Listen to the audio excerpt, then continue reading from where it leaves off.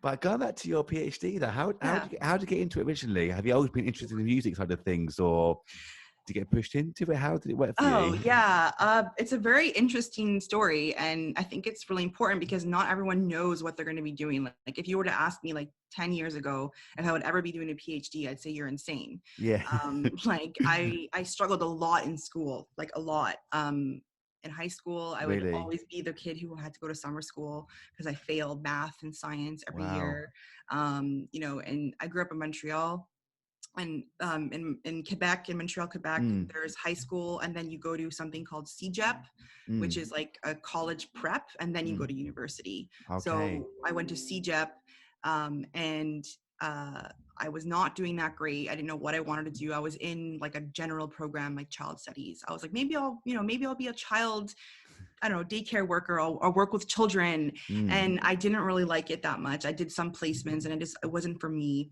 And I actually went, I actually went through some trauma. So trauma has helped me as well. I'm not sure if you're aware, but in 2006 at Dawson College, which is a CEGEP I went to, there was actually a school shooting. No. Yeah. So in 2006 in Montreal, so I was actually in class and I was going to the cafeteria to meet my friends. And had that teacher not held me in class a bit later, he usually let us out early, I would have been in the cafeteria where the shooting happened. Wow. So yeah, one girl died. I did not know her, but it was very, very sad. There was over like 18 injured students, severely injured. The girl I was going to meet um, was shot several times. Wow. So it was quite traumatic. And that, really affected me in ways that I never knew. So I continued that. And then I got into university. I got into Concordia in sociology. Again, I didn't know what I wanted to do. I was like, I'm good at the social sciences. I'm good at, I really like learning about people. Music had always been a big part of my life, but I never saw it as something that I would ever be looking at academically or professionally. Um, so I got into Concordia, and after my first year, everything was fine. I was like, yeah, like nothing's happened to me. Like I have no trauma. Everything's great. Mm. And then it's like a light bulb went off. Like they were Yeah. doing construction in downtown as they usually do in Montreal. And just like the construction just turned a light switch off of me, and I began to panic. And that was the day that the PTSD really kicked in, and I wasn't able to go back to school at all. And so through that is when I really got into music. I taught myself how to play guitar. That was my really, like, I was going to therapy, but my own therapy was playing music, teaching myself guitar, writing music, poetry. That was really all I had for a couple of years. And then I moved to Ottawa a couple of years later, which was a very good new move. My brother was going to Carleton, so I was like, oh no, I'll check out Carleton. Maybe I'll transfer there, because I never finished my first degree.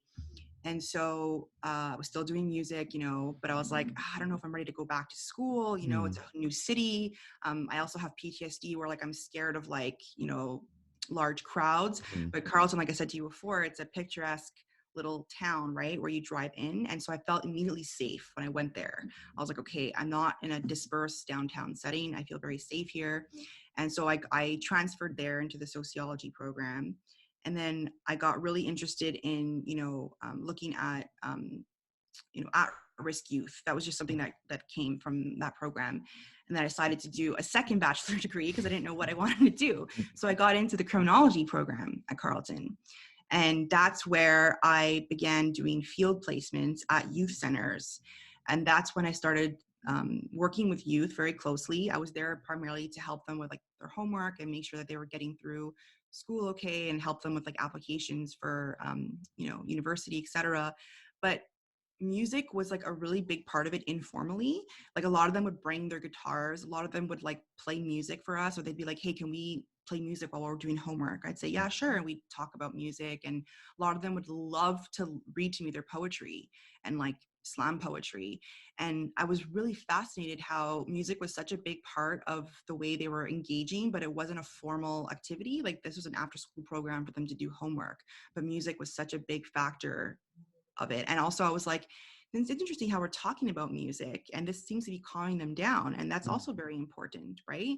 So I was like, I like this because myself, I've always been involved in music in an informal setting, right? Like I taught myself guitar, I'd connect with people online in informal communities. So I wanted to explore it further. And that's when I was approached by some professors that I took music classes as an elective. And they were like, yeah, we have a master's program at Carleton called Music and Culture. And it's very interdisciplinary.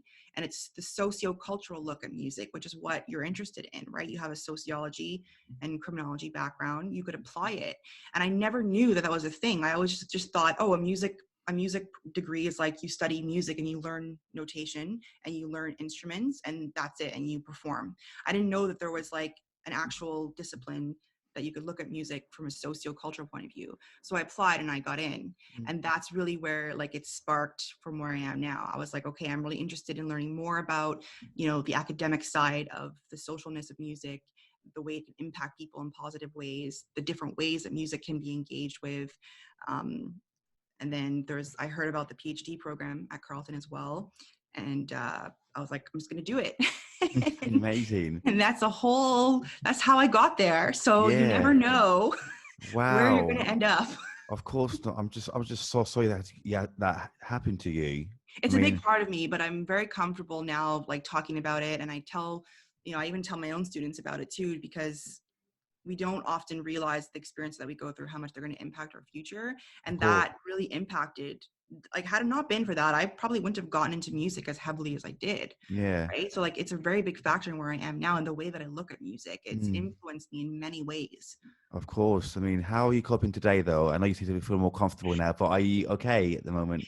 I am, yeah. Yeah. I still struggle with my own issues. Like I still have a lot of claustrophobic issues because when the shooting happened, I had to go into lockdown in a hospital across the street for safety for like 6 hours, and I was in a room.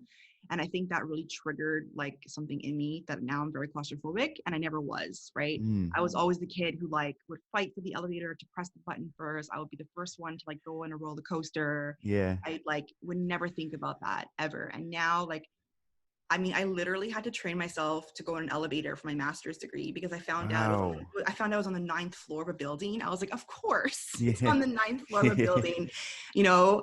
So I literally brought Leo with me. He Mm, was 2 years old at the time, and we would just go to campus during the summer before I started my master's. And I was like, come in the elevator with me and like help me get used to it. And he did. And like, I would go every day myself to like practice, and that really helped me. It's mm. still a bit of a struggle. I'm still a bit claustrophobic, and I haven't been on a plane in a very long time. No, I don't blame you at um, all. yeah, but I'm definitely better. I found coping ways. Like again, music is a big part of it. My school has really helped me, like very much so. I still have some things to deal with. I still get very anxious, and the pandemic Yeah. did not help. It kind of like threw me over. I actually took a leave of absence last summer from my studies, so I took all of last summer off. So like just to show people that like you're always kind of going through it. Yeah. So I took last summer off. I was like, you know what? I need to just reset, focus on me. So last summer I didn't do any work. I took leave of absence, meaning that I wasn't registered with my program. I mean, I understood a lot of students did just because of the pandemic. But for me, I was going through a lot of stress because Mm. of the unknown. And then I kind of took the summer to just do me, relax, and that really helped. And then in the fall, you know, I kind of like got back into it.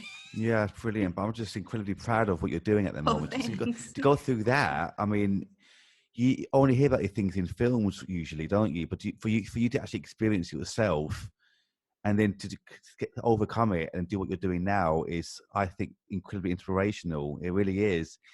I I try mean, to bring that out to people too. yeah, Like I try to like I tell those stories to as many people as I can. yeah, you have to because it's amazing. I mean, do you still have any kind? You said you find your ways of coping now.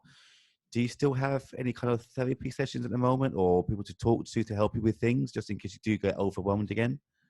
Yeah, I haven't seen my therapist in quite a while, but I do like if things got really bad, I could definitely like access him. Um, I'm very lucky that I have like very, very supportive parents. Like my mom is like amazing. Yeah, and I can imagine. She can Yeah, always tell when like I'm getting really, really, really stressed out or if something's like bothering me, if I'm not acting myself. yeah, So that is where I am right now. I'm not seeing anybody, but yeah, my work has really helped me though. Like it's, and also the pandemic has weirdly helped me because now I'm kind of like, okay, I actually want to do things when the pandemic is Yeah. over. Like Yeah. I think I want to travel now. Yeah. So yeah, so it's kind of weird how things work out. It is, but just as long as you're okay at the moment now and doing well, that's the main thing. Yeah, I'm very, again though, I'm extremely privileged because not everyone in this situation would have had the support I did. Like my, you know, when I was at my lowest point, my parents were like literally forcing me to go to therapy. And that was something very hard to do. Like that's not an easy thing to do. And if I didn't have parents who were that involved and dedicated, who knows where I would have ended up. Mm. Right? So like they really, like they were the ones who really forced me to go. They helped me. They're the ones that helped me and encouraged me to, you know, think of a new school and transfer. You know, we moved here. It was a great move for me. It really helped me because I have a lot of family in Montreal, but Montreal still has this like anxious feeling to me. Mhm. I don't really care for going there a lot. It always brings back um weird feelings and like uncomfortableness just No, of because of, course. yeah. You would do because it's a traumatic experience, isn't it? I mean, did you move school right after that, after it happened, or did you go back, say, after, say, a few weeks or a couple of months? How did it all work after what happened? Yeah, after it happened, so like it happened in 2006, right? And Hmm. then in 2007 I started my university at Concordia, and I was fine that year, right? Like I said, I was like, I was pretty much normal, whatever that is means, you know, like I had no PTSD feelings. I was still, you know, doing things as normal. It was in 2008, so my second year of university at Concordia is when the PTSD struck, and I dropped out that winter of university. And then then from 2008 2009 10, I really was going down a rabbit hole of like never leaving the house. I ended up getting a part-time job, but it was just like to get me out of the house like 2 times a week. But my PTSD was really out of control to the point where I was like, I was even scared for like people in my family to like go to the grocery store down the street. I was like, no, they're just gonna die if they go out. Like I had these like very irrational, fears. And that's when I started going to therapy. That's when, like, you know, everyone's like, enough is enough. You have to start going to like talk about this. It was very, very hard to do. But that's when I started that. And that was really helping. And then that sort of helped us talk about, okay, should we move? You know, like I want to go to a new school. And I think it'd be better to, you know, Mm. not do it here. And my brother happened to have gotten into Carleton for his degree. So he was going to move there anyways. So that was the natural. And again, that's an example of how my family is like incredible, right? They were like, we should move for you. Yeah. So, and then so we moved to Ottawa in 2010. I took that year just to like, you know, get used to living here, breathe, continue to see therapy. Um, and then I applied to be transferred for fall of 2011. So I started the sociology program at Carleton fall 2011. So I was out of school for about 4 years. Okay. Um, so yeah, that took that long to get back into it.